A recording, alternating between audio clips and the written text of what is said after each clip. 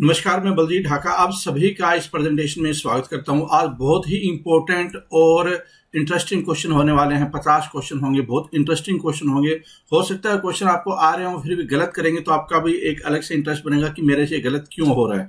तो कुछ नई जानकारी भी आपको मिलेगी इस प्रेजेंटेशन में। तो पूरी प्रेजेंटेशन को आप जरूर ध्यान से समझें, सुने और आंसर देने की कोशिश कर सकते हैं। पहला क्वेश्चन आपकी स्क्रीन पे आ गया है, बिना टाइम वेस्ट किए हुए चलते हैं। पहला क्वेश्चन आपकी स्क्रीन पे है और क्वेश्चन में है with reference to National commission for Women. महिला आयोग से रिलेटेड है, राष्ट्रीय महिला आयोग के संदर्भ में कुछ स्टेटमेंट है। और वो क्या स्टेटमेंट है कि ये स्टैट्यूटरी बॉडी है। क्या ये स्टैट्यूटरी बॉडी है, मतलब क्या ये स्टैट्यूटरी बॉडी है, विधानिक निकाय है। It takes suo motu notice of matter relating to deprivation of women rights. ये महिला अधिकारों से रिलेटेड है, वो स्वतः संज्ञान ले सकता है। मतलब किसी महिला के साथ में अन्याय हो रहा है और कहीं ना कहीं उसको पता चलता है तो वो संज्ञान ले सकता है। महिला को शिकायत करने की आवश्यकता नहीं है।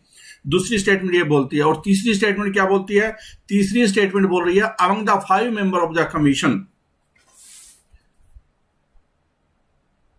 among the 5 member of the commission, at least one member each shall be from the amongst person belonging to the scheduled caste and scheduled tribes respectively। यहाँ पे राष्ट्रीय महिला आयोग की बात हो रही है, किसी राज्य के महिला आयोग की बात नहीं हो रही है। तो राष्ट्रीय महिला आयोग में एक एससी और एसटी का रिप्रेजेंटेशन होना वो जरूरी है। तो बताओ कौन कौन सी स्टेटमेंट इसकी करेक्ट है। इसका राइट आंसर होगा तीनों ही स्टेटमेंट है वो करेक्ट है। ये कंस्टिट्यूशनल बॉडी नहीं है। ये कौन सी बॉडी है? ये एक स्टैट्यूटरी बॉडी है। तो स्टैट्यूटरी बॉडी यहाँ पे दी हुई है। आमतौर पर बच्चे कंस्टिट्यूशनल बॉडी और स्टैट्यूटरी बॉडी में गड़बड़ कर देते हैं। तो राइट आंसर क्या इसका? डी इसका करेक्ट आंसर होगा। नेशनल कमीशन एक्ट है महिलाओं के लिए, 1990 में बना था। और इसका इनफैक्ट है वो एक्ट बना था 1990 में और सेटअप हुआ है ये जो स्टैट्यूटरी बॉडी है वो 1992 में हुई है। ठीक है, तो और भी आप जानकारी पढ़ना चाहें तो इससे रिलेटेड पढ़ सकते हैं। आगे चलते हैं। सेक्शन 8 बहुत ही महत्वपूर्ण क्वेश्चन है, बहुत ही इंटरेस्टिंग क्वेश्चन है। Section 8 of the representation of the people act 1951 concern. आप अखबारों में पढ़ते होंगे सेक्शन 8 के बारे में, बहुत ज्यादा चर्चा में रहा है ये। स्पेशली अगर कोई हरियाणा से बिलोंग करता है या बिहार से बिलोंग करता है ना, तो उसको सेक्शन 8 के बारे में जरूर जानकारी होगी। क्योंकि हरियाणा में और बिहार में कुछ नेता है इसी एक्ट के जरिए, सेक्शन 8 के जरिए ही जेल में है, नेता जेल में है। ठीक है, तो paid advertisement for election campaign, division of seat in the upper house, horse riding in the councillor election या disqualification on the conviction for long sentences. तो इसका राइट आंसर क्या होगा? ये जो सेक्शन 8 है, सेक्शन 8 है वो है डी, इसका करेक्ट आंसर होगा। आपने चौटाला का नाम सुना होगा, आपने लालू प्रसाद यादव का नाम सुना होगा। अब देखो यहां पे सेक्शन 8(3 और समझिए इस बात को, सेक्शन 8 क्या है? ये 3 वाली क्लोज और सेक्शन 8 क्या है? ये 4 वाली क्लोज। सोचो कि सुप्रीम कोर्ट ने अगर इंटरवेंशन नहीं किया होता तो लालू प्रसाद भी बाहर होते और चौटाला साहब भी बाहर होते। आज के टाइम में क्या है कि वो जेल में है और शायद क्या है कभी वापसी नहीं कर सकते राजनीति में।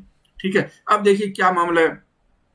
यहां पे अगर किसी को 2 साल से ज्यादा की सजा हो जाती है तो वो जब सजा काट कर आएगा उसके 6 साल तक इलेक्शन नहीं लड़ सकता। He will be disqualified for 6 year from the time of release. जब बाहर आएगा तो वो चला जाएगा। लेकिन इसमें क्या किया कि सेक्शन 8(4) बना दिया पार्लियामेंट ने, मतलब सरकार ने, आप बोल सकते हैं।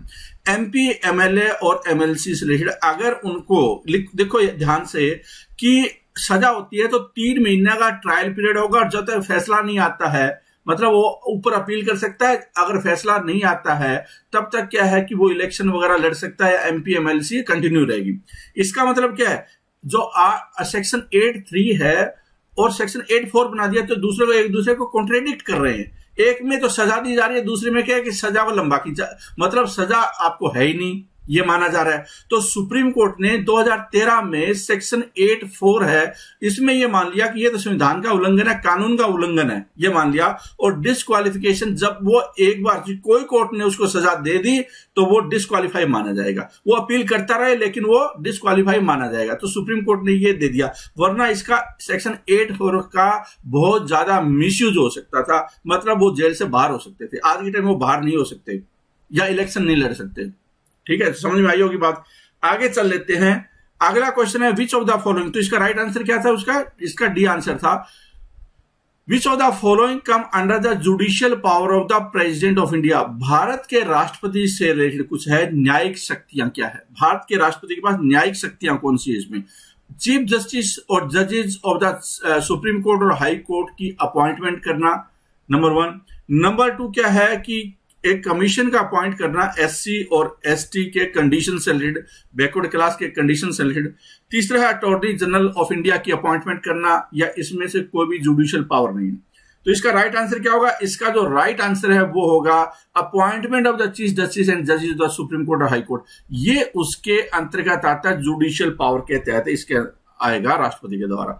और कौन कौन सी पावर है चाहे तो आप पढ़ सकते हैं। आप आगे देखिए, writ of the mandamus can not be issued against which of the following. आपको यह बताना है, जो आपने देखा होगा, आपने एक चीज देखी होगी कि writ of mandamus can not be issued against which of the following. मतलब समझे इसका क्या है? एक रिट होती है, आप जो फंडामेंटल राइट का वायलेशन होता है तो सुप्रीम कोर्ट हाई कोर्ट में जा सकते हैं, और रिट ऑफ मैंडेमस एक इश्यू होती है। इसका एक्सप्लेनेशन दूंगा, पहले आंसर देने की कोशिश कीजिए, बाद में बताऊंगा मैं क्या है ये, ठीक है। तो इन्फीरियर कोर्ट है, स्टेट गवर्नर है, ट्रिब्यूनल है, कॉर्पोरेशन है, किसके खिलाफ इश्यू नहीं की जा सकती? तो इसका राइट आंसर क्या होगा? इसका राइट आंसर है स्टेट गवर्नर। अब देखिए ये क्या है, इसका मतलब होता है जो वी कमांड, मैंडेमस वाली जो रिट होते हैं, इसका मतलब we command. It is command issued by court to a public official asking him to perform the official duty that he has failed और रिफ्यूज टू परफॉर्म। मतलब कि कोई कोरोना काल में ऑफिसर ये बोल देता है कि मैं तो आप हॉस्पिटल नहीं जाऊंगा, या मैं ये काम नहीं करूंगा, या आप मोटे तौर पे आप बोलिए कि आप ओबीसी का सर्टिफिकेट बना रहे हैं, तहसीलदार या जो भी आप जहां पे गए उसने ये मना कर दिया कि मैं आपका ये सर्टिफिकेट नहीं बनाऊंगा, तो आप सीधा हाईकोर्ट या सुप्रीम कोर्ट में जा सकते हैं। सुप्रीम कोर्ट उसको बोलेगा भाई आपने के पास कौन सी पावर है जिसने आपने मना किया इसको, आपको अपनी ड्यूटी को परफॉर्म करना है। तो इस तरह की आदेश है आप ला सकते हैं। क्या आप किसी प्राइवेट सेक्टर के खिलाफ ला सकते हैं कि मान लो कोई प्राइवेट सेक्टर की कंपनी है और वो आपको एंट्री नहीं देती, क्या या एंट्री नहीं देती या कोई आपका काम नहीं करती, उसके खिलाफ आप नहीं ला सकते। तो ऐसे ही कुछ एक और चीजें हैं, जैसे कि प्रेसिडेंट है, गवर्नर है, उनके खिलाफ आप आदेश हाईकोर्ट या सुप्रीम कोर्ट नहीं दे सकता, मजबूर नहीं कर सकता उनको, ठीक है। लेकिन तहसीलदार को मजबूत कर सकता है, आपको सर्टिफिकेट देना है, या राशन नहीं दे रहा कोई तो राशन देने के लिए आपको वो उसको कोर्ट है आदेश दे सकता है। आगे चल लेते हैं। The only person who work twice as the acting prime minister for 13 days is. जब भी 13 दिन का नाम आता है तो बहुत सारे जो स्टूडेंट्स हैं उनके दिमाग में या दिल में गुदगुदी होती है कि वो अटल बिहारी वाजपेयी लिखेंगे। तो बताओ क्या इसका राइट आंसर अटल बिहारी वाजपेयी है, या गुलजारी लाल नंदा है, या लाल बहादुर शास्त्री, या नन ऑफ दीज है? 2 बार प्राइम मिनिस्टर बने, एक्टिंग प्राइम मिनिस्टर बने 13 दिन के लिए, तो एकमात्र बंदा एक्टिंग प्राइम मिनिस्टर बना है। एक्टिंग प्राइम मिनिस्टर उस सिचुएशन में जब किसी की डेथ हो जाती है तो कार्यवाहक राष्ट्रपति है, प्रधानमंत्री बनाया जाता है राष्ट्रपति द्वारा, उनका नाम है गुलजारी लाल नंदा। गुलजारी लाल नंदा है वो बने हैं 1964 में और 1966 में, उस दौरान एक इस तरह की सिचुएशन आ गई थी। अगले क्वेश्चन पे आ जाते हैं। Which of the following is और are the principle of Indian foreign policy. जो फॉरेन पॉलिसी है उसके निम्नलिखित में से क्या सिद्धांत है? भारत की फॉरेन पॉलिसी के क्या सिद्धांत है? पहला है आपके सामने प्रमोशन ऑफ वर्ल्ड पीस, कि वर्ल्ड पीस को बढ़ावा देना, anti colonialism, non alignment, links with Commonwealth. Commonwealth क्या है? जो आप बोल सकते हैं कि जो गुलाम देश थे अंग्रेजों के, उनका संगठन है कॉमनवेल्थ, ठीक है। तो इसको बड़ा बहुत ही तवज्जो के साथ में, शिद्दत के साथ में, राष्ट्रीय खेल जो इसके कॉमनवेल्थ गेम होते हैं वो बड़े फेमस है, ठीक है। तो 4 आपके सामने स्टेटमेंट है। भारत की पॉलिसी है वो इन क्या चारों में विश्वास करती है क्या? ऑब्वियसली क्या है, वर्ल्ड पीस में तो विश्वास करेगी, एंटी कॉलोनिज्म में विश्वास करेगी क्योंकि भारत इसका शिकार रहा है, किसी के साथ गुट नहीं बनाएगी, और कॉमनवेल्थ के साथ लिंक रखेगी। तो चारों ही स्टेटमेंट है बिल्कुल सही है, डी इसका करेक्ट आंसर हो जाएगा। चारों स्टेटमेंट सही है, ठीक है। और इसके अलावा भी आप चाहें तो पढ़ सकते हैं एफ्रो एशियन बायस, मतलब एफ्रो एशियन है उसकी तरफ उसका रुझान रहेगा, ये भी स्पोर्ट ऑफ यूएनओ, और भी चीजें पढ़ सकते हैं आप इसमें क्या क्या है भारत की फॉरेन पॉलिसी, स्पेशली वो बच्चे जो सिविल सर्विसेज की तैयारी कर रहे हैं और अखबार वगैरह पढ़ते हैं तो इसमें आज न्यूक्लियर डॉक्ट्राइन भी आएगा, भारत की फॉरेन पॉलिसी भी आएगा, दोनों महत्वपूर्ण एक दूसरे के साथ लिंक भी है। Shape of building of Indian parliament house is, आपके सामने है कि बहुत इंटरेस्टिंग सा क्वेश्चन है। आप अखबारों में, टीवी में देखते होंगे, विजुअल भी देखते होंगे कि भारतीय पार्लियामेंट, इंडियन पार्लियामेंट है, उसकी बिल्डिंग है, उसकी आकार क्या है, क्या वो स्क्वायर है, रेक्टेंगुलर है, सर्कुलर है, पेंटागोन है, क्या आकार, बहुत इंटरेस्टिंग सा क्वेश्चन है। बताओ इसका क्या आकार है, तो इसका राइट आंसर क्या होगा? इसका जो राइट आंसर है वो है सर्कुलर है, सर्कुलर है। और आप चाहें तो पढ़ भी सकते हैं, shape of building circular which is based on the चौसठ योगिनी टेम्पल। ये आप थोड़ा सर्च कर लीजिए गूगल पर जाकर कि ये योगिनी टेम्पल क्या है, ये इसकी क्या ये भी गोल है क्या, इस तरह से, तो ये आप जान सकते हैं। पहले इसको क्या बोलते थे, आप चाहें तो देख सकते हैं यहाँ पे, chamber of princes now used as the library hall, और स्टेट काउंसिल है, अब इसको राज्यसभा बोला जाता है। सेंट्रल लेजिस्लेटिव असेंबली है, इसको लोकसभा बोला जाता है। बिल्डिंग है वो surrounded by large garden and perimeter is fenced of sandstone railing, पत्थर है चारों तरफ उनके बड़े बड़े। Consider the following statement regarding Indian parliament group, IPG के बारे में स्टेटमेंट बतानी है। आईपीजी से रिलेटेड पहले भी क्वेश्चन आए हैं हमारे इस सीरीज में, तो बताना आपको कि इंडियन जो पार्लियामेंट ग्रुप है उससे रिलेटेड कुछ क्वेश्चन है, उससे रिलेटेड कुछ क्वेश्चन है वो बताना। Vice president of India act as the ex officio president of IPG. जो आईपीजी है, आपने जो लोकसभा के स्पीकर है वो राज्यसभा के स्पीकर से ज्यादा पावर क्यों है, उसमें एक चीज पड़ी होगी, तो क्या वो स्टेटमेंट यहां पे भी थी क्या? दूसरी स्टेटमेंट है कि all current and former member of parliament are member of IPG, मतलब जो फॉर्मर मेंबर है वो भी क्या इसके सदस्य हो सकते हैं क्या? Both the statement are correct, या कोई भी इसमें स्टेटमेंट करेक्ट नहीं है। तो इसका राइट आंसर क्या है? इसका राइट आंसर है दोनों ही स्टेटमेंट है वो गलत है, डी इसका करेक्ट आंसर हो जाएगा। क्यों हो जाएगा? पहला तो ये स्टेटमेंट ये है कि जो स्पीकर है लोकसभा का वो इसके एक्स ऑफिशियो प्रेसिडेंट होते हैं, और डिप्टी स्पीकर है लोकसभा का और डिप्टी स्पीकर चेयरमैन है राज्यसभा का, वो इसके ex officio, very important, ex officio vice president होते हैं ग्रुप के, और सेक्रेटरी जनरल होता है लोकसभा का, वो ex officio secretary general of the group होता है। दूसरी स्टेटमेंट गलत इसलिए थी कि जो आईपीजी है सभी मेंबर है पार्लियामेंट के, उनके लिए वो मेंबर है इसके, और जो फॉर्मर मेंबर है वो क्या है कि एसोसिएटेड मेंबर बन सकते हैं, लेकिन उसके पास कुछ एक राइट्स नहीं होंगे, और उसको जो भत्ते मिलते हैं, ट्रेवलिंग अलाउंस, कंसेशन वगैरह, वो नहीं मिलने वाले हैं इसमें। ठीक है, तो इससे पहले भी हमने किया है, उस क्वेश्चन को साथ जोड़ भी सकते हैं आप जो पहले सीरीज में है इसको, जिससे कि आपकी पूरी क्लैरिटी आ जाए कि आईपीजी का मामला क्या है। बहुत इंटरेस्टिंग क्वेश्चन है ये, और क्वेश्चन क्या है? वीवीपीएटी।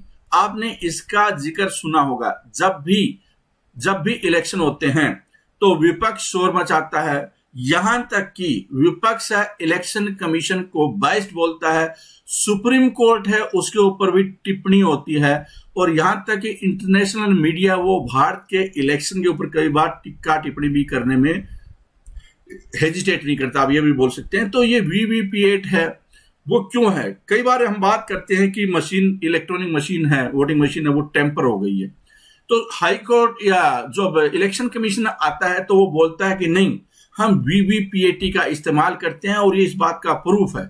लेकिन कई बार क्या है कि वो हम अखबार वगैरह में और वीडियो क्लिप में देख लेते हैं कि वो वोट किसको जाता है और पढ़ किसको उड़ जाता है। तो क्या वो वीवीपीएटी है, इसका समाधान है? ये तो एक अलग क्वेश्चन है, लेकिन उससे रिलेटेड जो स्टेटमेंट है वो ये है कि it is part of an EVM machine which generate a slip containing the name of candidate and symbol of the party और कैंडिडेट। क्या ये है? क्या आपने इसका जिक्र सुना है कि जो ईवीएम मशीन है वो वीवीपीएटी मतलब उसका एक हिस्सा है, और उसमें नाम होता है, मतलब जो रसीद निकल कर आती है, जैसे आता है ना हम एटीएम में पैसे निकालते हैं उसके बाद एक रसीद सी आती है, तो यहाँ पे स्टेटमेंट बोल रही है कि ऐसी कोई रसीद सी आती है जब आप वोट डालकर निकलते हैं, तो उसमें क्या होता है, कैंडिडेट का नाम और पार्टी का सिंबल होता है जहां पे आपने वोट लगाया है, बटन दबाया, मतलब कि VVPAT verification is mandatory for at least 1% of the polling station. तो क्या जो पोलिंग स्टेशन है 1% के लिए मैंडेटरी है क्या? मतलब कम से कम इतने तो होने ही चाहिए। दूसरी स्टेटमेंट ये है, बताओ दोनों स्टेटमेंट का क्या हिसाब किताब है? दोनों स्टेटमेंट का क्या हिसाब किताब है बताओ। तो इसका राइट आंसर क्या होगा? इसका राइट आंसर है दोनों ही गलत है, दोनों ही गलत है। क्यों गलत है दोनों? पहली बात तो यह है कि वीवीपीएटी है, बहुत कॉमन सेंस की बात है, उसका ईवीएम मशीन का हिस्सा हो ही नहीं सकती। अगर हिस्सा होती तो फिर वो टेम्परिंग वाला मामला तो और भी ज्यादा जाता है ना। वो इलेक्शन कमीशन ने बोलता है ना कि वीवीपीएटी एक इंडिपेंडेंट प्रोसेस है और इलेक्ट्रॉनिक मशीन एक इंडिपेंडेंट प्रोसेस है। तो दो इंडिपेंडेंट, एक में टेम्परिंग हो सकती है, दूसरों में कैसे हो जाएगी, दोनों में इकट्ठी नहीं हो सकती। ठीक है, तो ये बात है। वो इंडिपेंडेंट मशीन है जो कि एक स्लिप को जनरेट करती है, वो पार्ट नहीं है किसका, इलेक्ट्रॉनिक वोटिंग मशीन का। तो एक बात तो ये ध्यान रखिए। तो स्टेटमेंट पहले तो इसलिए गलत हुई। दूसरी स्टेटमेंट है, थोड़ा लंबा चौड़ा एक्सप्लेनेशन है इसका, इंक्लूडिंग सुप्रीम कोर्ट का इंटरवेंशन भी है कि सुप्रीम कोर्ट ने रिसेंटली एक ऑर्डर दिया इलेक्शन कमीशन को to increase the voter verified paper audit teller trail. मतलब इसका पूरा नाम यह है slip from 1 electronic voting machine पर असेंबली कंस्टिट्यूंसी टू 5, कि एक जो असेंबली है कंस्टिट्यूंसी, एक की बजाय वो 5 होनी चाहिए। मतलब ये बोल रहा है यहां पे कि वेरिफिकेशन जो मैंडेटरी है वो randomly one randomly selected polling station of N assembly, कि एक असेंबली से, मान लो जैसे कि एग्जाम्पल के तौर पे चांदनी चौक है, अब चांदनी चौक से एक जो पोलिंग स्टेशन है वो सिलेक्ट किया जाएगा, वहां पे वीवीपीएटी होगी। सुप्रीम कोर्ट ने क्या आदेश दिया कि एक नहीं 5 कर दीजिए एक असेंबली से। ठीक है, एक नहीं, एक असेंबली से 5 पोलिंग स्टेशन कर दीजिए जहां पे कि वीवीपीएटी हो। तो ये परसेंटेज वाला गेम नहीं है, 1 और 5 का हिसाब किताब है।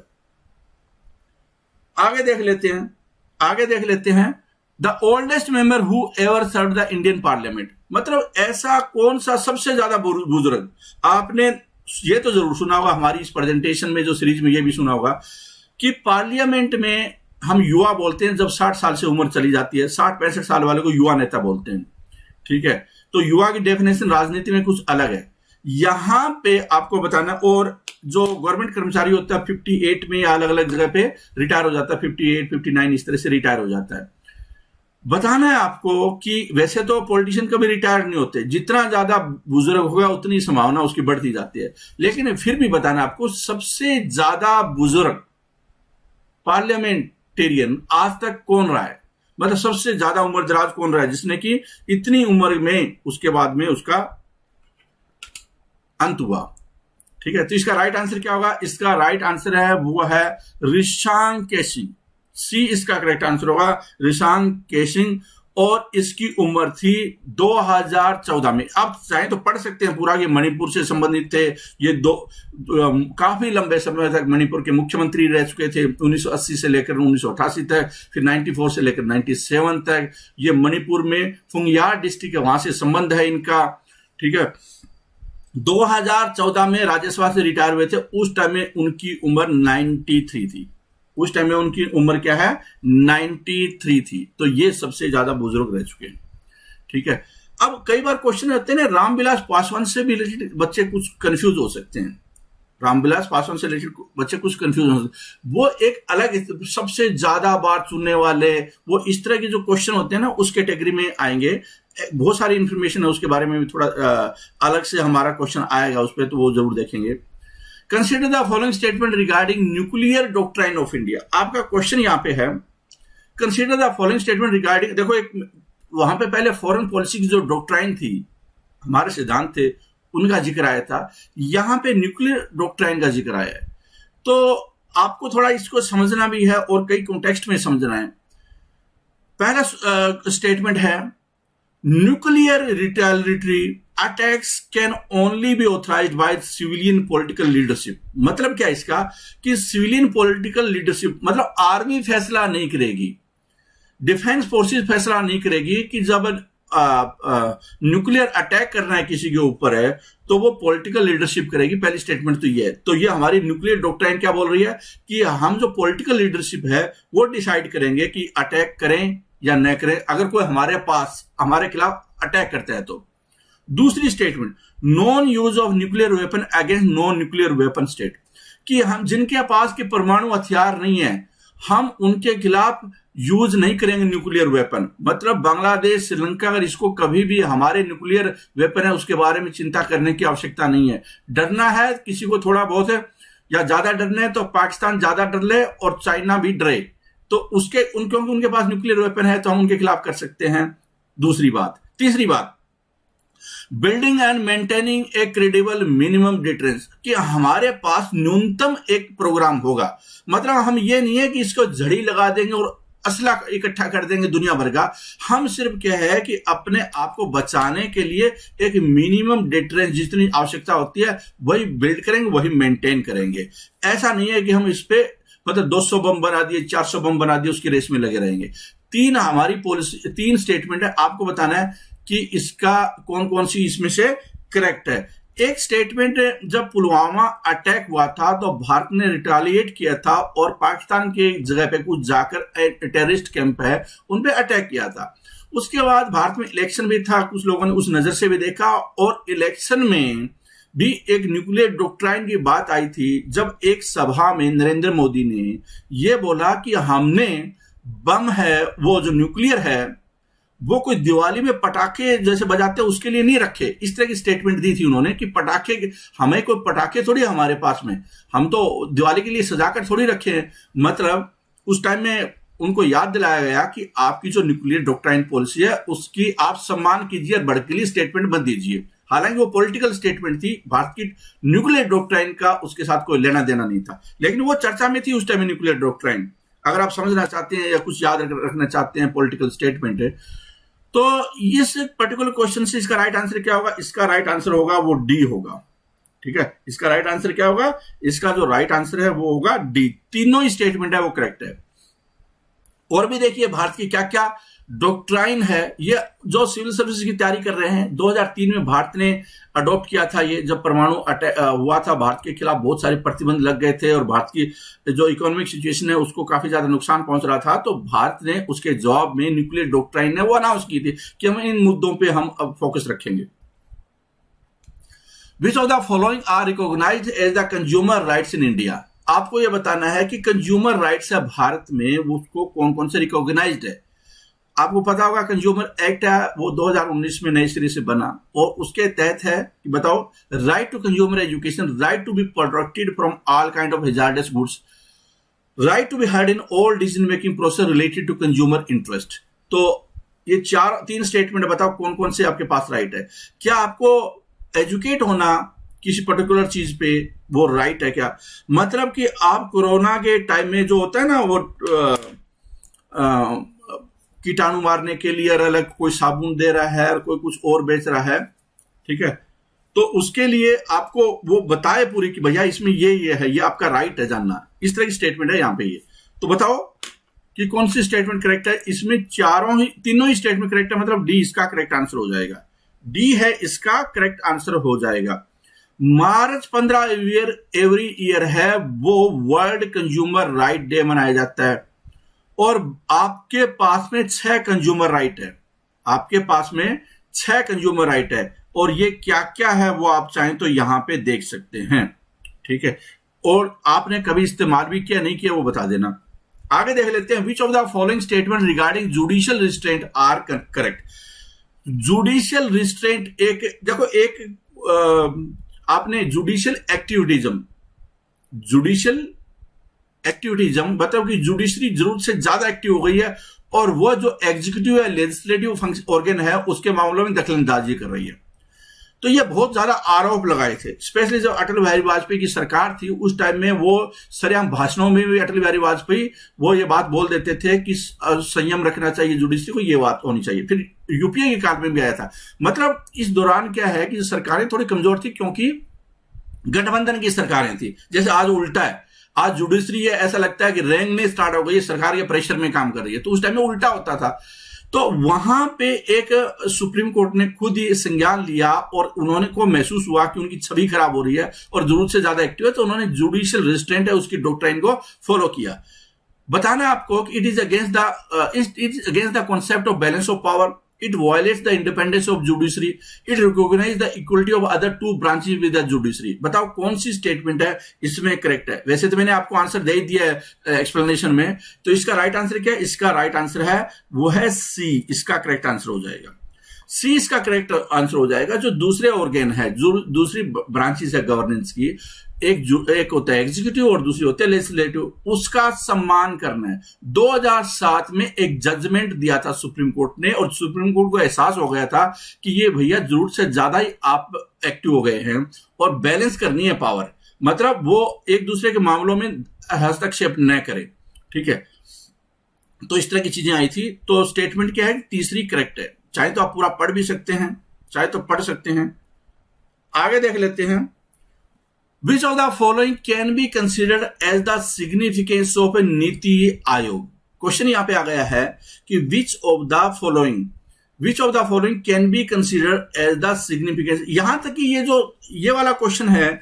अब कोरोना काल में क्या है कि सुप्रीम कोर्ट सरकार को कई मामलों में इस तरह के आदेश देने की कोशिश करता है, या मामले आते हैं तो जो सरकार है, सरकार के अटॉर्नी जनरल है या सॉलिसिटर जनरल है, वो सुप्रीम कोर्ट को इस जजमेंट की याद दिलाते हैं कि भाई आप अपना काम करने दो, आप अपना काम करो, हमारे मामलों में हस्तक्षेप न करो। तो ये 2007 वाला जो जजमेंट है उसकी बार बार याद दिला देते हैं उसको कि जुडिशरी को रिस्ट्रेंट करना चाहिए हमारे खिलाफ आदेश देने में। Which of the following can be considered as the significance of the NITI Aayog? आपको यह बताना है कि नीति आयोग से रिलेटेड कुछ एक स्टेटमेंट है, बहुत ही इंटरेस्टिंग सा क्वेश्चन है। इट इंश्योर कॉम्पिटिटिव फेडरलिज्म, कि ये कॉम्पिटिटिव फेडरलिज्म मतलब कि राज्यों की भूमिका होगी, राज्यों के पास इंपावरमेंट होगी, वो इंश्योर करता है। It is working towards cooperative federalism, कि ये जो सहकारी मतलब राज्य और केंद्र मिलकर काम करेंगे उसकी तरफ बढ़ता है।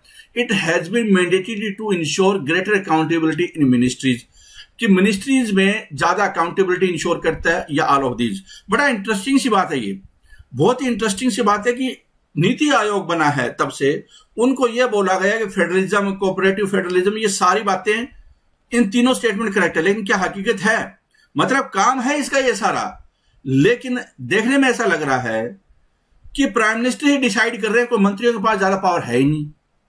मतलब कि यहां पे न तो नीति आयोग काम कर रहा है, नहीं कर रहा प्राइम मिनिस्टर ऑफिस काम कर रहा है। एक ने बोला सारों को वही राग लगानी, यहां तक कि मीडिया भी उसके अनुसार चलने लग गए हैं। तो नीति आयोग है वो एक किस्म से आप बोल सकते हैं कि काम तो करने हैं ये, लेकिन हकीकत कितनी हो रही है जमीनी स्तर पे वो आपको पता ही है। ठीक है, डी इसका करेक्ट आंसर हो जाएगा। पूरा चाहे तो आप पढ़ सकते हैं कि नीति आयोग के क्या क्या काम है। Who among the following prime minister of India was a pilot by profession? आपको यह बताना है कि भारत के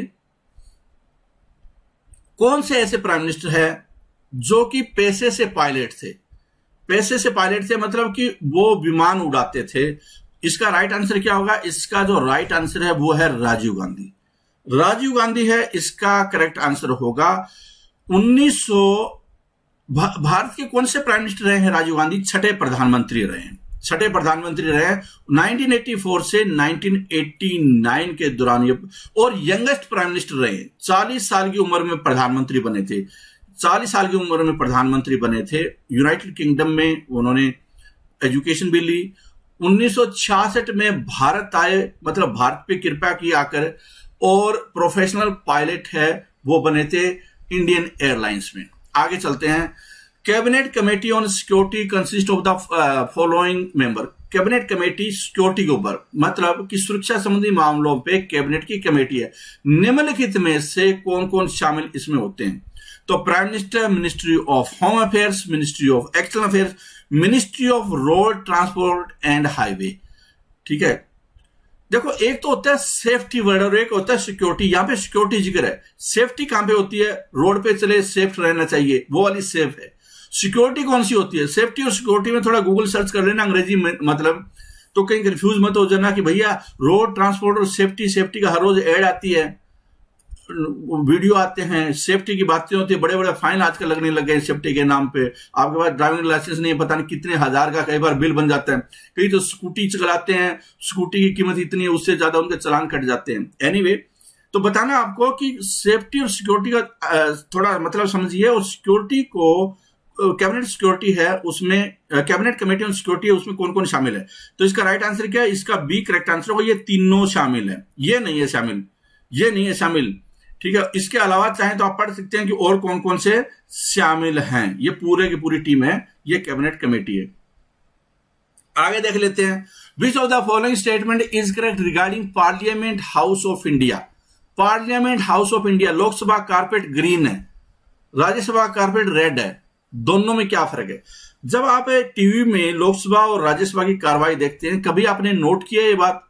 क्या कभी आपने नोट किया कि अगर आपको हरा नजर आए वहां पे कारपेट बिछाया हुआ, तो वो लोकसभा है और राज्यसभा रेड है। ये दो स्टेटमेंट ऑप्शन, बताओ कौन सी इसमें करेक्ट है? बताइए फटाफट। इसका राइट आंसर क्या होगा? इसका राइट आंसर है वो है सी, इसका करेक्ट आंसर होगा। क्या आपको पता है ये रेड अगर इसका मतलब क्या है, ग्रीन क्यों है इसका, या क्यों माना जाता है?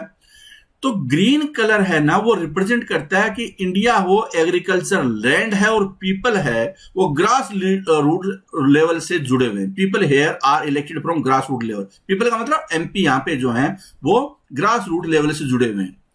ठीक है, मतलब को एसी वेसी वो बैठते नहीं है ज्यादा, एमपी है वो एसी वेसी में नहीं बैठते, जनता के बीच में काम करते हैं। ठीक है, इसका मतलब ये है। ठीक है, खेती बाड़ी में बड़ा इंटरेस्ट है उनका, गांव के हर चीज का उसको पता है, मतलब ये रिप्रेजेंट करता है ग्रीन। ठीक है, Rajya Sabha carpet is red in colour which denotes royalty and also tell about the sacrifice done by freedom fighter. मतलब ये थोड़े हाई फाई लोग हैं और फ्रीडम फाइटर है, उनको एक किस्म से रिप्रेजेंट कर रहे हैं ये। The Shanta Kumar committee is focused on. ठीक है, अब कई आप में से सोच रहे होंगे ये सब क्या है कि हकीकत नहीं है। ये जो राज्यसभा में तो वो है कि जो लोकसभा के इलेक्शन नहीं जीतते और थोड़ा सा बड़ा मेंबर है, मतलब उनको हैंडल करना है, तो उनको राज्यसभा में पहुंचा दिया जाता है। और यहां पे क्या है कि जैसे कि राहुल गांधी है, उनको शायद ये भी पता नहीं होगा कि भैंस उसकी कितनी टांगे होती है, तो उनको एग्रीकल्चर के बारे में पूरी जानकारी होगी, ऐसा हो सकता है। राहुल गांधी मैंने सिर्फ एग्जाम्पल लिया, और भी बहुत सारे ऐसे होंगे। तो क्या ऐसा कुछ आप ऐसे सोच रहे होंगे? शांता कुमार कमेटी, शांता कुमार बड़े फेमस नेता रहे हैं और जो वाजपेयी के टाइम में, वाजपेयी गवर्नमेंट में वो बहुत ज्यादा चर्चा में थे, बहुत स्ट्रिक्ट ईमानदार माने जाते थे शांता कुमार। ठीक है, तो बताना आपको कि उनका संबंध है किस कमेटी से, किस कमेटी को किस पे मुद्दा है उनका। तो regulation of FTI in India, analysing the scope of the fintech sector in India, to suggest restructuring of food corporation of India, या to suggest steps for water crisis in India. बहुत ही रेलेवेंट क्वेश्चन है ये, बहुत ही relevant question है। मैं आपको समझाता हूं आजकल ये मामला चल के आ रहा है, क्यों है ये। इसका राइट आंसर देखिए पहले तो, to suggest restructuring of the corporation, food corporation of India, इसके ऊपर उन्होंने सजेशन देने के लिए किया था। जो राइट विंग पॉलिटिक्स है या कैपिटलिस्ट इकोनॉमी वाली पॉलिटिक्स है, उसमें एक चर्चा बहुत होती है कि जो ये पब्लिक डिस्ट्रीब्यूशन सिस्टम होता है, मतलब राशन वाली दुकानें, वो हमारे इकोनॉमी को खराब करती है। मतलब कि इससे क्या होता है कि बहुत ज्यादा अनाज का वेस्टेज होता है। अगर बजाय इसके इनको खत्म कर दिया जाए, क्यों नहीं इसको खत्म कर दिया जाए, पीडीएस को, पब्लिक डिस्ट्रीब्यूशन सिस्टम को। ये काफी ज्यादा चर्चाएं होती है जब बीजेपी की सरकार आमतौर पर आती है। अब सोचिए कि अगर कोरोना काल में, मतलब जब ये चीनी वायरस का अटैक हुआ और कोरोना काल में पीडीएस नहीं होता, राशन की दुकानें नहीं होती, तो जो गरीब है, माइग्रेंट वर्कर है या जो दूसरे लोग हैं, उनकी क्या हालत हो सकती थी अगर राशन की दुकानें नहीं होती थी। मतलब कई बार सोशलिस्ट इकोनॉमी कितनी ज्यादा रोल अदा कर सकती है, आप उसका अंदाजा लगाइए। तो जो एसी में बैठकर, जो पॉलिटिशियन, थोड़ी देर पहले बात आई थी, जो एसी में बैठकर ड्राइंग पॉलिटिक्स करते हैं, स्पेशली जो प्रमोद महाजन है, उस टाइम में ये बात आई थी कि पब्लिक डिस्ट्रीब्यूशन की क्या जरूरत है, इसको खत्म किया जाए, या इस तरह की बातें होती थी।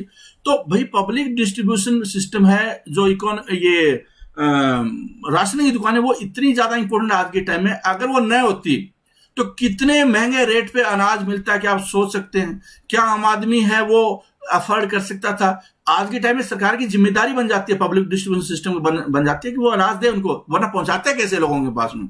तो ये बहुत ज्यादा इंपॉर्टेंट हो जाता है। देखने में लगता है कि वो बहुत खराब कर रहे हैं पैसा, ये कर रहे हैं वो कर रहे हैं, लेकिन कई बार इमरजेंसी भी हो जाती है। ठीक है, तो भूख से न मरे लोगों को, तो उस टाइम में जो बहस होती है वो इस मुद्दे पे ही होती है कि भूख से लोग न मरे। इस बात को सुनिश्चित पब्लिक डिस्ट्रीब्यूशन सिस्टम करता है, आपके पैसे नहीं कर सकते।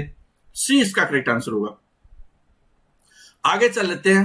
विच of the following statement about the national defence fund is और आर इनकरेक्ट। आपको यह बताना है कि नेशनल डिफेंस फंड है उससे रिलेटेड कुछ स्टेटमेंट आपके सामने, हमारी सीरीज में एक बार पहले भी इससे रिलेटेड इधर उधर का क्वेश्चन आया था, तो हमें बताना है कि नेशनल डिफेंस फंड है उसके बारे में कुछ स्टेटमेंट है बताना आपको कि it was setup after the Pulwama attack in Jammu Kashmir. क्या ये नेशनल डिफेंस फंड है वो हाल फिलहाल की देन है, मतलब कि पुलवामा अटैक के बाद हुआ है क्या? दूसरा, नेशनल डिफेंस फंड है वो does not accept online voluntary contribution, के ऑनलाइन फंड है वो एक्सेप्ट नहीं करता वो। ठीक है, तो बताओ दोनों स्टेटमेंट में कौन सी स्टेटमेंट है वो करेक्ट है? तो इसका राइट आंसर क्या होगा? तो इसका राइट आंसर क्या है? इसका जो राइट आंसर है वो है सी इसका करेक्ट आंसर हो जाएगा। मतलब पूछा क्या था पहले, तो अब ये देखिए इसमें इनकरेक्ट पूछा क्या था इसमें? इनकरेक्ट पूछा था। तो जो बच्चे मेंटल अलर्टनेस की तरफ नहीं भागते उनका ये गलत होगा पक्का क्वेश्चन, भले कितना ही नॉलेज हो। तो पहले बात तो इनकरेक्ट पूछा था, पहली स्टेटमेंट इनकरेक्ट है, पुलवामा अटैक के बाद नहीं। ये तो जब 1962, देखिए यहां पे कब से बना हुआ, 1962 से ही है, जब चाइना के साथ में अटैक हुआ, भारत हार गया था उस टाइम में, भारत की हालात खराब थी, तो इस तरह की सिचुएशन वहां पे आई थी कि नेशनल डिफेंस फंड क्रिएट किया जाए, और ताकि वॉलंटरी डोनेशन देश देना चाहते हैं कैश में, ताकि जो आर्मी के लोग हैं, डिफेंस के लोग हैं, उनकी मदद की जा सके। ठीक है, नेशनल फंड डिफेंस फंड है वो ऑनलाइन वॉलंटरी कंट्रीब्यूशन है, वेबसाइट के जरिए एक्सेप्ट करता है। तो दूसरी स्टेटमेंट ये था, दोनों ही स्टेटमेंट है वो गलत हो गई है।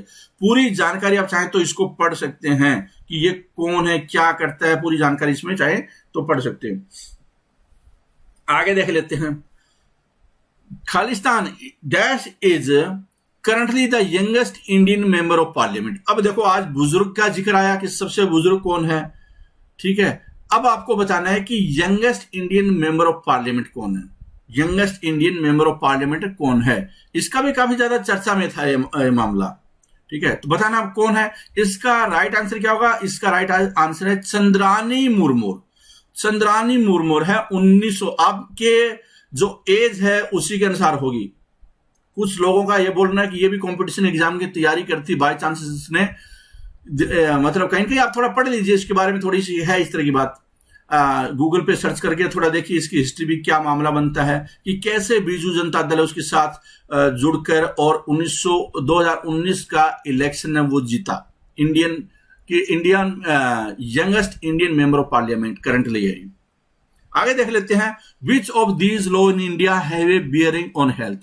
हेल्थ से संबंधित जिनका कोई इंपैक्ट है हेल्थ के ऊपर, ऐसे कौन से कानून है, हेल्थ के ऊपर ऐसे कौन से कानून है जिनका की डायरेक्ट रिलेशन है आपके हेल्थ के साथ में, कहीं कहीं लिंक है, ये बताना आपको। ठीक है, तो क्या narcotics drugs and psychotropic substance act 1985 है, उसका संबंध है क्या? दूसरा, prevention of food adulteration act है 1954, उसके साथ है क्या? Biomedical waste management and handling rules 1998, consumer protection act 1986। तो क्या हेल्थ के साथ में कोई लिंक है इनका? कंज्यूमर प्रोटेक्शन एक्ट 1986 इंक्लूडिंग, ठीक है, जिसमें संशोधन किया गया 2019 में।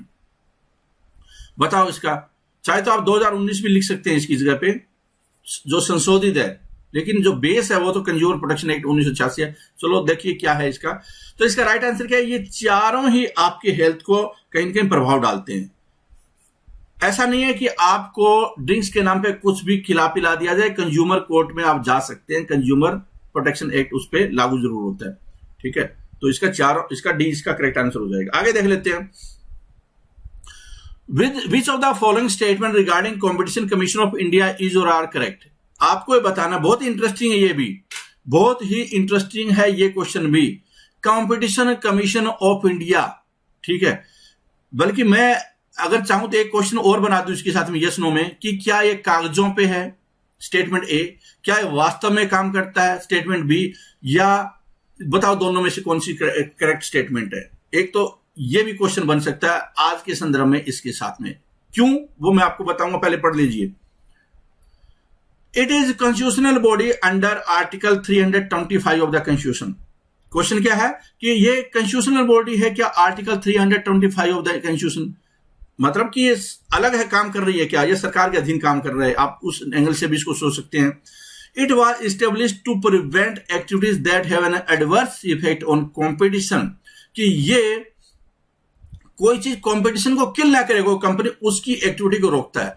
मतलब वो कंपटीशन को बढ़ाता है, कंपटीशन को खत्म करवाने के लिए नहीं है, कंपटीशन को बढ़ाने के लिए, कंपटीशन को खत्म करवाने के लिए नहीं है। आमतौर पे सीमेंट कंपनियों पे इस पे बड़ा फाइन लगता है, या पहले मतलब बहुत ज्यादा एक्टिव था। लेकिन बड़ा इंटरेस्टिंग बात है कि जियो जब दूसरी कंपनियों को किल कर रहा था, तो जो बहुत सारे जो वॉलंटरी ऑर्गेनाइजेशन है, जो दूसरी बॉडी है, उन्होंने आवाज उठाई कि भाई जियो ये जो हरकतें कर रहा है, इसमें ये कंपटीशन कमीशन ऑफ इंडिया है वो काम क्यों नहीं कर रहा। मतलब दूसरी कंपनियां वो खत्म हो रही है, ये सब कुछ फ्री प्रोवाइड कर रहा है और बाद में अपने रेट बढ़ा देगा ताकि कंपटीशन खत्म हो जाए और फिर इसकी मोनोपोली हो जाए। अपनी मोनोपोली के लिए इसने सरकारी तंत्र का, सरकार का इस्तेमाल किया, जुडिशरी को भी टिल्ट किया और इस ढंग से मैनिपुलेट किया कि बाकी इतने दुनिया भर के लोगों की नौकरियां गई, बैंकों का डिफॉल्ट हुआ, क्योंकि दूसरी कंपनियां सस्टेन नहीं कर पाई इसकी हरकतों को। तो उस टाइम में कंपटीशन कमीशन ऑफ इंडिया वो चुप क्यों था, जिसकी वजह से आज के टाइम में सिर्फ ये या फिर एयरटेल बचा हुआ है। वो 10 कंपनियां होती तो कस्टमर को ज्यादा फायदा होता। मोनोपोली क्रिएट करने के लिए उसको मदद की गई। बहुत गंभीर आरोप लगे हैं कंपटीशन कमीशन ऑफ इंडिया पे और सरकार के में भी कि सरकार मदद कर रही है अंबानी की। कंपटीशन कमीशन ऑफ इंडिया के मेंबर्स तक को खरीद लिया है, जुडिशरी को भी ताला लगा दिया है और अंबानी के पास इतनी पावर हो गई है, कंपटीशन कमीशन ऑफ इंडिया है, उन्होंने काम करना ही बंद कर दिया है। ये आवाज डायरेक्टली या इनडायरेक्टली यहां तक कि जो सुनील भारती हैं, भारती मित्तल, उन्होंने भी आवाज उठाई, बहुत सारे लोगों ने उठाई। लेकिन आज के टाइम में आप देख सकते हैं कि दबदबा हो गया है। बाकी कंपनियां, नौकरियां गई भाड़ में, दुनिया भर की नौकरियां गई है टेलीकॉम सेक्टर में लोगों की, लेकिन कोई फर्क नहीं पड़ा। पैसा बोलता है। आप बोल सकते हैं कि ये नहीं पैसा बोलता है, चाहे तो ये क्वेश्चन भी हो सकता था।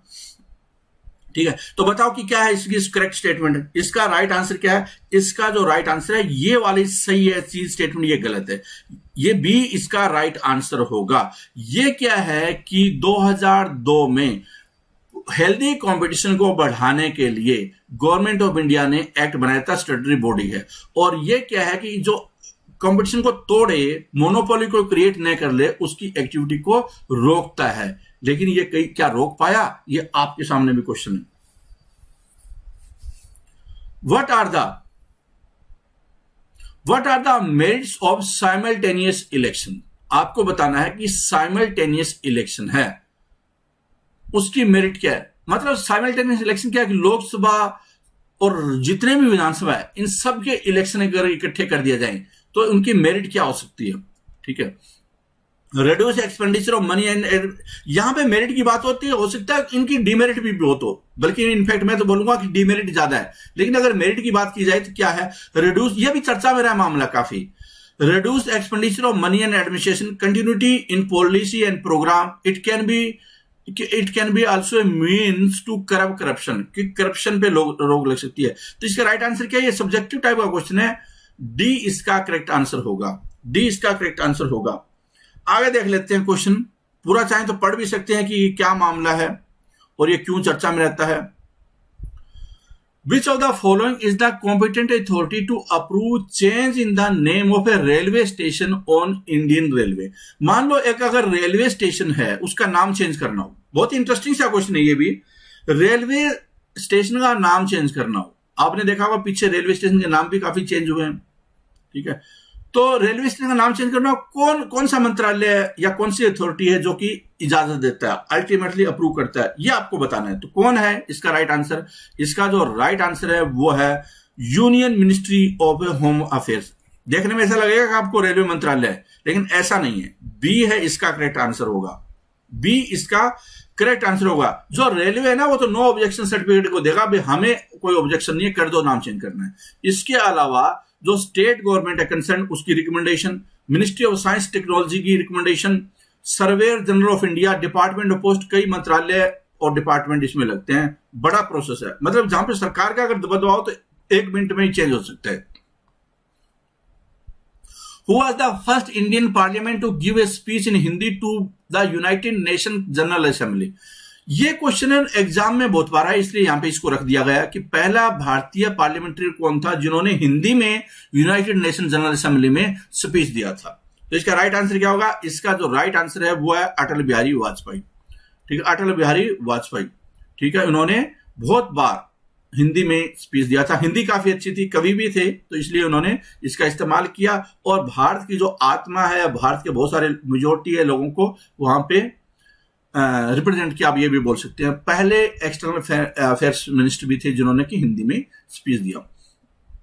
Consider the following statement, Aadhaar card can not be used as an identity card identity proof by the, बहुत इंटरेस्टिंग क्वेश्चन है ये भी, और आप इसको रिलेट कीजिए अपने आप के साथ में कि क्या आप आधार कार्ड, अगर कोई कंपनी मांगे कि नहीं आधार कार्ड ही चाहिए तो बाध्य कर सकती है। पहली स्टेटमेंट ये, स्टेटमेंट पढ़िए क्या है, Aadhaar card can not be used as an identity proof by private entity for verification purpose. क्या स्टेटमेंट करेक्ट सही है क्या? दूसरी है कि Aadhaar card can be used as a proof of citizenship. Aadhaar card है क्या सिटीजनशिप का प्रूफ है? क्या इसको यूज किया जा सकता है, सिटीजनशिप का माना जाएगा? मतलब अगर आपके पास आधार कार्ड है तो क्या आप भारतीय कहलाएंगे? ठीक है, दूसरी स्टेटमेंट ये है, बताओ कि कौन सी स्टेटमेंट इसमें करेक्ट है। तो इसका राइट आंसर क्या है? दोनों ही गलत है, दोनों ही गलत है। आधार कार्ड होने का मतलब यह नहीं हो सकता, यह कलकत्ता हाई कोर्ट का फैसला है, जजमेंट है, क्लियर किया उन्होंने कि आधार कार्ड है वो आप प्रूफ ऑफ रेजिडेंस यूज कर सकते हैं। इसका मतलब यह नहीं है कि प्रूफ ऑफ सिटीजनशिप है, आप प्रूफ ऑफ रेजिडेंस मान सकते हैं इसको, लेकिन सिटीजनशिप का प्रूफ नहीं है। एक तो ये बात है। दूसरी बात है कि आधार कार्ड है can be used as an identity proof by private organisation, लेकिन कंपल्सन नहीं है। ये कंज्यूमर के लिए आधार कार्ड प्रोवाइड करना कंपल्सन नहीं है। आप इसको इस नजर से देखिए कि आईडी प्रूफ मांगती है कंपनियां कि आपका वो इंटरनेट का कनेक्शन देंगे या आपका बैंक खाता खोलेंगे, तो आपको कई लिस्ट प्रोवाइड की जाती है जिसमें कि 10 टाइप के आपको आईडी कार्ड देने में से कोई आपको एक चूज करना है। मतलब पैन कार्ड है, ड्राइविंग लाइसेंस है, कोई पासपोर्ट है, आधार कार्ड भी उसमें एक है। पहले क्या था कि आधार कार्ड बाध्य कर देती, नहीं आधार चाहिए आपका। आज के टाइम में आधार के लिए बाध्य नहीं कर सकती, ये सुप्रीम कोर्ट के फैसले के बाद में वॉलेंट्री आप आधार कार्ड दे सकते हैं एज ए आईडी प्रूफ। ठीक है, समझ में आई बात? Parliament library was established in the year, parliament library है वो कब बनी थी? तो इसका राइट आंसर है, बताओ राइट आंसर क्या होगा? राइट आंसर है 1921 में पार्लियामेंट लाइब्रेरी बनी। ठीक है, 2127 क्वेश्चन का आंसर क्या होगा? इसका राइट आंसर है ए।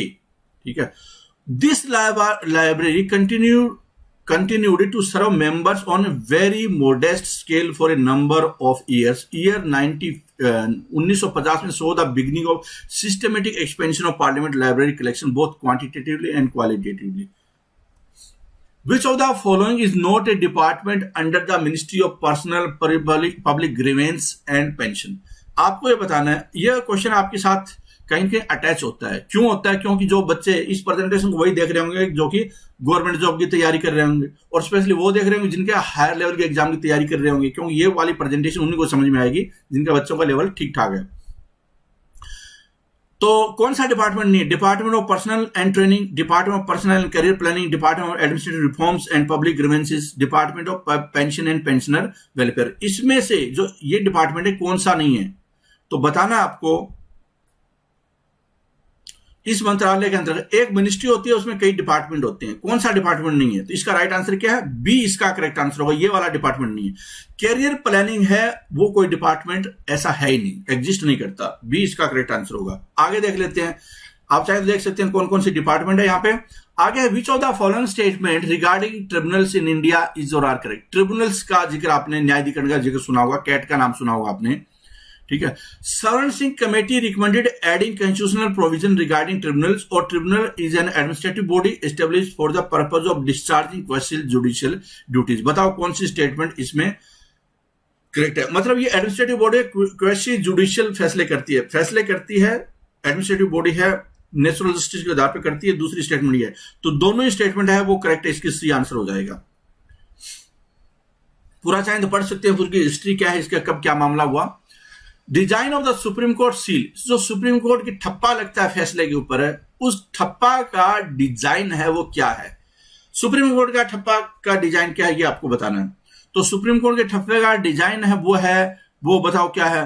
वो है circular wheel of 24 spokes, Sarnath वाला, सारनाथ के स्तंभ वाला बी इसका करेक्ट आंसर हो जाएगा। और क्या लिखा है इसके ऊपर, चाहे तो ये भी पढ़ सकते हैं, संस्कृत में लिखा यह तो धर्मत्यो जय, मतलब क्या है कि justice then victory, whence justice then victory, धर्म की विजय होती है। ये इस तरह का नाम सुना होगा महाभारत में आपने, उस तरह की बात ये। Consider the following statement, Muslim, Sikhs, Christian, Buddhist, Jain, Zoroastrians, जिसको पारसी बोलते हैं, have been notified as a minority community under the national commission for minorities act 1992। National commission for minority act 1992 में इनको माइनॉरिटी माना गया। पूरा पढ़ लीजिए, क्या ये माइनॉरिटी है क्या।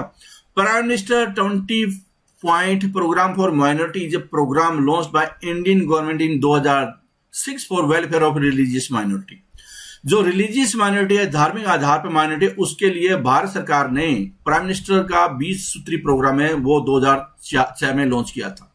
बहुत बड़ी बड़ी एड आती थी। क्या 20 पॉइंट प्रोग्राम था क्या? अगर आपने देखा होगा, बड़ी बड़ी एड आती थी माइनॉरिटीज के लिए, माइनॉरिटी को। और यहां तक कि बीजेपी ने बोला था कि माइनॉरिटी की अपीजमेंट हो रही है। National minority development and finance corporation aim to promote the economic and development activities for the benefit of all section of notified minority, कि जितनी भी माइनॉरिटी है सारे सेक्शन के लिए एक स्पेशली NMDFC है वो बनाया गया है, मतलब एक कंपनी बनाई गई, कॉर्पोरेशन बनाया गया जो कि इकोनॉमिक डेवलपमेंट एक्टिविटी के जरिए ख्याल रखेगा। ठीक है, बताओ कि क्या इसका करेक्ट आंसर है। तो बताओ इसका करेक्ट आंसर क्या होगा। इसका जो राइट आंसर है वो पहली स्टेटमेंट करेक्ट है, दूसरी स्टेटमेंट गलत है, ये 20 प्रोग्राम नहीं था, 15 सूत्री प्रोग्राम था। तीसरी स्टेटमेंट है ये गलत है, क्यों? क्योंकि ऑल सेक्शन नहीं है, वो जो बैकवर्ड सेक्शन है, मतलब मुस्लिम है तो मुस्लिम में भी तो बैकवर्ड होते हैं ना।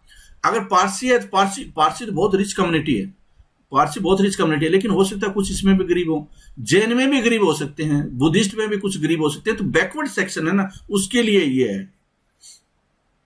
तो आंसर क्या हो जाएगा इसका? 20 का करेक्ट आंसर हो जाएगा। ठीक है, आगे देख लेते हैं। Which of the following statement regarding the office of the Advocate General of State? Advocate General of State का नाम सुना होगा आपने, Attorney General of India, Advocate General of State, इस तरह की चीज सुनी होगी। He is appointed by the governor but can be removed by president. ऐसा है क्या? His tenure is not fixed in the constitution. His remuneration is determined by the parliament. किसकी तनख्वाह पार्लियामेंट डिसाइड करेगी। तो इसका राइट आंसर क्या होगा? इसका जो राइट आंसर है वो है बी। इसका टेन्योर फिक्स नहीं है, इसका टेन्योर है फिक्स नहीं है, मतलब गवर्नर इसको लगाता है, सरकार कभी भी चाहे तो इसको हटा सकती है, मतलब गवर्नर कभी चाहे इसको हटा सकता है। रेम्यूनरेशन है वो ये किस्म से पार्ट टाइम ही होता है। ठीक है, वकील होता है पार्ट टाइम, सरकार को रिप्रेजेंट करता है, आप ये बोल सकते हैं। In this context consider the following statement regarding the function of Gram Sabha. आपको ये बताना है ग्राम सभा का जो काम है उससे रिलेटेड। ग्राम सभा क्या होती है बहुत बार जिक्र भी हमने कर चुके हैं इसके। Identification of beneficiary under the poverty alleviation and other programme.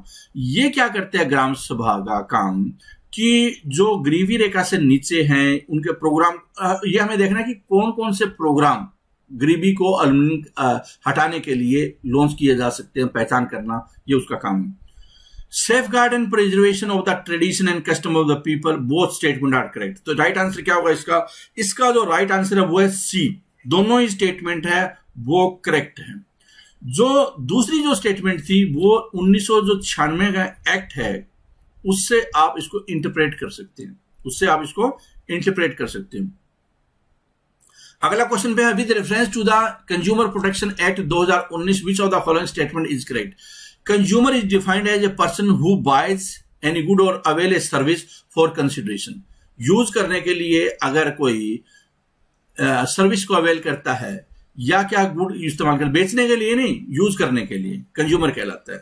No appeal shall lie before any court for the order of the National Consumer Dispute Redressal Commission, कि जो फाइनल अथॉरिटी है national consumer dispute redressal commission है वो होगी, इसके आगे कोई मामला उसको चैलेंज नहीं किया जा सकता। तीसरी statement, state CDRC will certain entertain complaints where the value of goods and service does not exceed ₹1 crore या नन ऑफ द अबव। कौन सी स्टेटमेंट इसमें करेक्ट है? तो इसकी जो पहली स्टेटमेंट है वही करेक्ट है, बाकी स्टेटमेंट करेक्ट नहीं है, क्योंकि जो फैसला है वो सुप्रीम कोर्ट में चुनौती दी जा सकती है। नेशनल कमीशन का फैसला भी सुप्रीम कोर्ट में, और 1 करोड़ तक की सीमा है वो डिस्ट्रिक्ट CDRC की है, न कि स्टेट की। The only women to serve the post of president of India, बहुत आसान सा क्वेश्चन है, एकमात्र महिला बनी है जो कि राष्ट्रपति बनी है। बताओ कि महिला कौन थी? बताओ महिला कौन थी जो राष्ट्रपति बनी है? बहुत आसान सा क्वेश्चन, बीच बीच में कुछ क्वेश्चन आसान है ताकि सारे स्टूडेंट है वो इसको समझ पाए, देख पाए। तो इसका राइट आंसर क्या होगा? प्रतिभा पाटिल है, वो एकमात्र राष्ट्रपति भारत की रही हैं। इनको भी कुछ अवार्ड भी मिले हैं, जैसे कि मैक्सिको हाईएस्ट सिविलियन अवार्ड भी इनको मिला हुआ है, ठीक है। और भारत की 12वीं राष्ट्रपति रही है 2007 से लेकर 2012 में। Consider the following statement. Model code of conduct are the statutory provision, violation of which amounts to electoral offence. Bribery to voter is a corrupt practice but not covered under the electoral offence. Question क्या है यहाँ पे कि कुछ statement दिया, model code of conduct selected है, वो statutory provision है, मतलब आदर्श आचार संहिता लगती है। जब इलेक्शन होता है तो चुनाव आचार संहिता, आदर्श आचार संहिता है, वहां पे लगती है। बताना आपको पहली स्टेटमेंट है कि वो वैधानिक है, स्टैट्यूटरी प्रोविजन है। वायलेशन है इसका, वो इलेक्टोरल ऑफेंस माना जाएगा। क्या ये ऐसा है? क्या स्टैट्यूटरी प्रोविजन है वो? क्या दूसरी है, bribery to voter is a corrupt practice but not covered under the electoral offence. क्या एक घूस देना इलेक्टोरल ऑफेंस के अंतर्गत नहीं आता? क्या एक घूस देना चुनाव अपराध नहीं है क्या? ठीक है, तो दो स्टेटमेंट आपके सामने, बताओ कौन कौन सी स्टेटमेंट है वो करेक्ट है। बहुत ध्यान से समझ लेना इनको, क्योंकि ये क्वेश्चन आप आमतौर पे गलत कर बैठते हैं, क्योंकि ये देखने में ऐसा लगता है कि सारी चीजें ठीक होगी, देखने में ऐसा लगता है इसमें सारी चीजें ठीक होगी, लेकिन कई बार ऐसा नहीं होता। दूसरी स्टेटमेंट है वो करेक्ट है, इसका मतलब आंसर क्या होगा? बी होगा। ये गलत है, ये गलत है statement.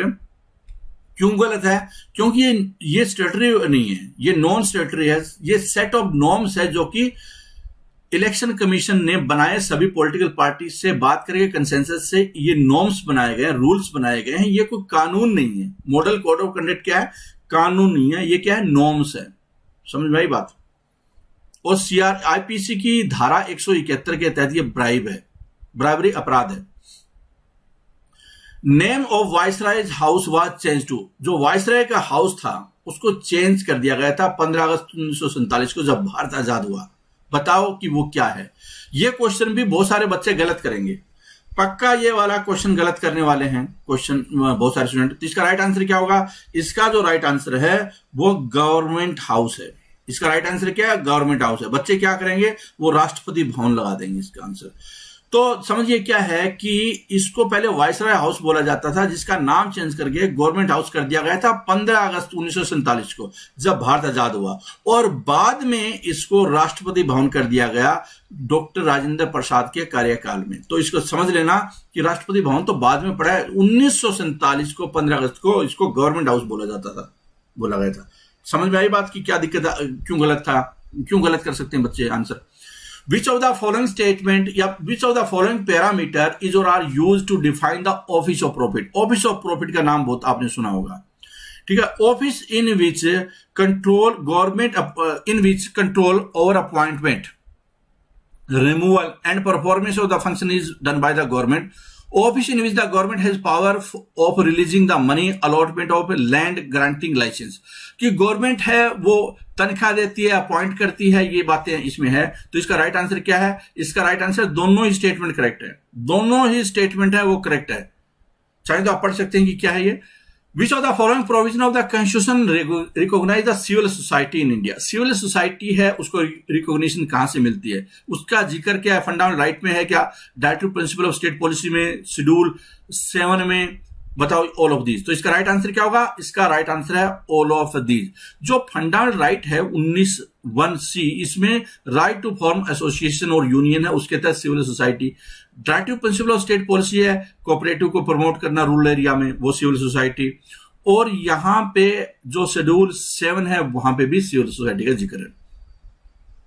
The first visually impaired person to become a member of parliament, मतलब वो बंदा जो दृष्टिबाधित था, मतलब अंधा था, दृष्टिबाधित था, अंधा था, मेंबर ऑफ पार्लियामेंट, वो कौन था? तो बताना आपको इसका राइट आंसर क्या होगा। इसका राइट आंसर है साधन गुप्ता। साधन गुप्ता है वो इस कैटेगरी में आते हैं। Indian lawyer politician Gupta become first blind parliamentarian in independent India 1953 में, जो कि बाद में advocate general of West Bengal भी बने। With reference to the national tiger conservation authority consider the following statement. आपको यह बताना है कि जो नेशनल टाइगर कंजर्वेशन अथॉरिटी है, बाघों को बचाने से रिलेटेड अथॉरिटी है, वो क्या है? क्या वो स्टेटरी बॉडी है, मतलब कि पार्लियामेंट के एक्ट से बनी है क्या? Under the ministry of environment, forest and climate change. It was constituted under the provision of wild life protection act 1972। It is chaired by the prime minister of India. तो statement इसमें कौन कौन सी सही है ये आपको बताना है। तो इसका राइट आंसर क्या होगा? इसका राइट आंसर है वो पहली और दूसरी इसकी सही स्टेटमेंट है। ये एक अथॉरिटी बनी है, स्टेटरी बॉडी है, ये ministry of environment, forest and climate change ने गठित की है। दूसरा क्या है कि एनवायरमेंट मिनिस्ट्री है, वो इसके चेयरमैन है। आगे देख लेते हैं। Which of the following have been identified as a mode of corruption by the central vigilance commission. Corruption की डेफिनेशन क्या है? सीवीसी, मतलब कल को आप गवर्नमेंट अधिकारी बनते हैं, आप बताओ कि क्या किस हालात में करप्शन में लिप्त पाए जा सकते हैं। क्वेश्चन यहां पे इस तरह से बन रहा है, मतलब कि सीवीसी है, करप्शन किसको मान रहा है? Borrowing of money from contractor और firm having official dealing with the officers. दूसरा है losses to the government by negligence और अदरवाइज। तीसरा है production of force certificate of the age of birth और कम्युनिटी, या ऑल ऑफ दीज। तो कौन सी स्टेटमेंट इसमें करेक्ट है? तो इसका राइट आंसर क्या होगा? इसका राइट आंसर है डी, इसका आंसर होगा। अगर आपने फोर्थ सर्टिफिकेट, मतलब जाति का या इस तरह का कुछ सर्टिफिकेट ऐसा दिया, भ्रष्टाचार के अंतर्गत आएगा। वो जाली प्रमाण पत्र दे दिया आपने, भ्रष्टाचार के अंतर्गत आएगा। ठीक है। और कौन कौन से आप चाहें तो सारे देख सकते हैं, जैसे कि गिफ्ट का एक्सेप्टेंस करना, वो भी भ्रष्टाचार के अंतर्गत है। जो पहली स्टेटमेंट क्या थी? पहली ये है कि मान लो कि कोई ऐसी फर्म है, borrowing of money from the firm, मतलब कोई कॉन्ट्रैक्टर, ठेकेदार, सड़क का ठेका लिया हुआ है, या किसी की फर्म है मान लो, उससे आप, और आप क्या है कि गवर्नमेंट जॉब में आपने, और आप उस डिपार्टमेंट में काम कर रहे हैं, या वो गवर्नमेंट कॉन्ट्रैक्टर है, तो इसका मतलब क्या है कि गवर्नमेंट के साथ में उसका लेना देना है। उससे आप पैसे उधार नहीं ले सकते, उससे पैसे आप उधार नहीं ले सकते, लोन नहीं ले सकते। क्यों नहीं ले सकते? इसका मतलब क्या है कि वो एक किस्म से आपने कहीं ना कहीं रियायत दे रहा है, आपको कोई मदद कर रहा है, बदले में वो ठेके ले रहा है। इस तरह का भ्रष्टाचार के अंतर्गत आएगा। तो ये बात यहां पे निकल कर आ रही है। ठीक है। तो इस तरह की चीजें आप और भी देख सकते हैं, क्या कहां पे, जैसे झूठे ट्रेवलिंग बिल बना देना। आप गए हैं चंडीगढ़ से दिल्ली और बस से गए हैं, बस से का किराया था 200, आपने 25,000 का बिल लगा दिया, तो वो भ्रष्टाचार के अंतर्गत आएगा। Which of the following statement with reference to the state election commissioner is or are correct? State election commission से रिलेटेड बात आ रही है, स्टेट इलेक्शन कमीशन से बात आ गई है, तो his office under the election commission of India के तहत काम करते हैं, इलेक्शन कमीशन ऑफ इंडिया के तहत। दूसरा है he is responsible for conducting election in the state legislature. बताओ दोनों स्टेटमेंट में से कौन सी स्टेटमेंट करेक्ट है? तो इसका राइट आंसर क्या होगा? दोनों ही गलत है। इसका राइट आंसर क्या होगा? दोनों ही गलत है। क्यों गलत है दोनों? कि वो एक इंडिपेंडेंट है, ये पंचायतों के इलेक्शन करवाने के लिए है स्टेट इलेक्शन कमिश्नर, पंचायती राज सिस्टम के तहत बनाया गया उसको। ठीक है। और दूसरा क्या है कि वो कोई विधानसभा के इलेक्शन कलेक्शन के लिए नहीं है। दूसरी स्टेटमेंट तो वैसे ही गलत हो गई है, दोनों स्टेटमेंट गलत है। आगे देख लेते हैं। Which of the below mentioned function is not performed by panchayat secretary. जो ग्राम सचिव होता है, पंचायत सचिव होता है, जिसका की वैकेंसी निकलती है तो बच्चे बहुत ज्यादा अप्लाई भी करते हैं, क्योंकि ज्यादातर उनके साथ में ग्रामीण एरिया से आते हैं बच्चे, तो उसमें क्या होते हैं वो उनके कांटेक्ट में रहते हैं। जैसे कि पटवारी की जॉब निकलती है या ग्राम सचिव की निकलती है, तो इस तरह की वैकेंसी के लिए बहुत ज्यादा मात्रा में अप्लाई करती है, या फिर पुलिस की निकलती है, क्योंकि ये लोग, इनके बारे में पता होता है आम जनता को, तो इसलिए लगता है कि हम भी ये बन जाएं। इसका काम क्या होता है? क्वेश्चन यहां पे है कि ग्राम सचिव कौन सा काम नहीं करता? Keeping a record of the proceeding of the gram sabha and panchayat, issuing residentship certificate to the villagers, to execute the resolution passed by the panchayat body managing the office of the panchayat. तो कौन सा काम नहीं करता? इसका राइट आंसर क्या होगा? बी, ये काम नहीं करता। मतलब कि ये नहीं है कि ग्रामीण है उनको नागरिकता का प्रमाण पत्र देगा वो, मतलब ग्राम वाले इसको बता देंगे कि तुम आया हमें ग्राम वो उसका नागरिकता देने के लिए। बी इसका करेक्ट आंसर होगा कि ये काम नहीं करता, बाकी सारे काम करता है। मतलब कि पंचायतों को चलाने का काम करता है ये, ठीक है। ये एक है सरकारी कर्मचारी है, सरपंच की मदद करता है, आप ये बोल सकते हैं सरपंच के अधीन काम करता है। तो ये सारी चीज आप देख सकते हैं इसका। और जो तहसीलदार है वो देता है आपको, अगर डोमिसाइल सर्टिफिकेट या रेजिडेंस के लिए इस गांव का नागरिक है ये वो चाहिए तो किसको चाहिए? कहां जाएंगे आप? तहसीलदार के, सब डिविजनल मजिस्ट्रेट के साइन होंगे वहां पे, डिस्ट्रिक्ट डीसी ऑफिस के साइन होंगे। The only president of India who was a scientist by profession. बताओ, बहुत आसान सा क्वेश्चन है, साइंटिस्ट कौन था, कौन प्रेसिडेंट साइंटिस्ट थे? तो इसका राइट आंसर क्या है? डॉक्टर एपीजे अब्दुल कलाम, वो साइंटिस्ट थे। इसको मिसाइल मैन ऑफ इंडिया भी बोला जाता है। इसरो में भी काम किया इन्होंने 2002 से 2007, मतलब कि पाटिल से पहले वो प्रेसिडेंट थे 11वें भारत के, रामेश्वर से आते थे, तमिलनाडु से। According to legal service authority act 1987, which of the following are eligible to get free legal services.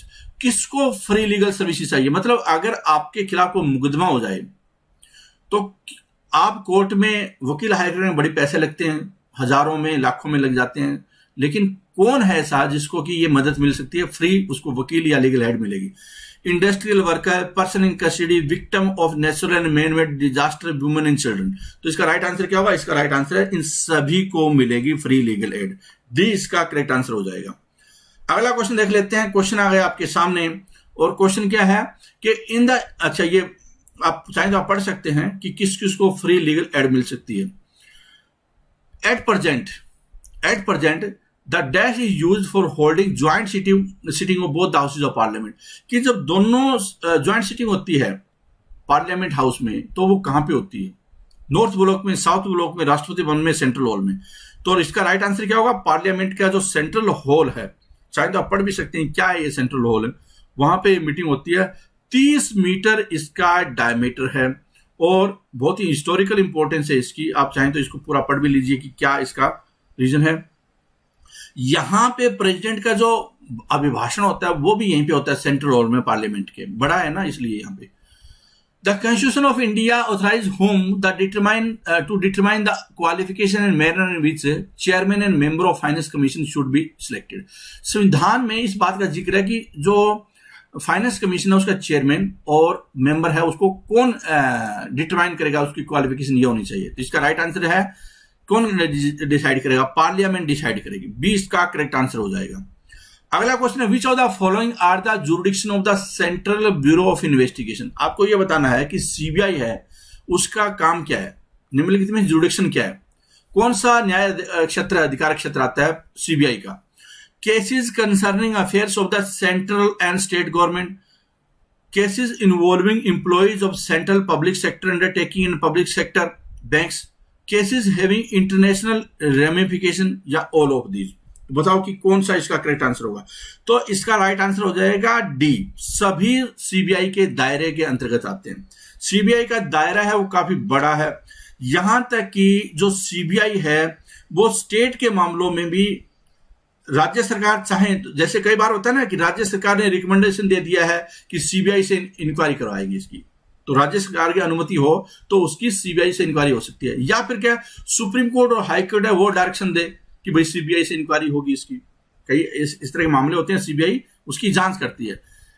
कई बार तो सीधा राज्य सरकार बोल देती है, वरना के फिर हाई कोर्ट सुप्रीम कोर्ट उसको बोलता है। और सेंट्रल और स्टेट गवर्नमेंट के जितने भी सेंट्रल पब्लिक सेक्टर अंडरटेकिंग है, पब्लिक सेक्टर बैंक है, उनमें जो कर्मचारी है उनका कोई भ्रष्टाचार, क्रिमिनल इस तरह का कांड होता है तो वहां पे भी ये फ्रॉड वगैरह है तो वो कर सकती है सीबीआई इंक्वायरी।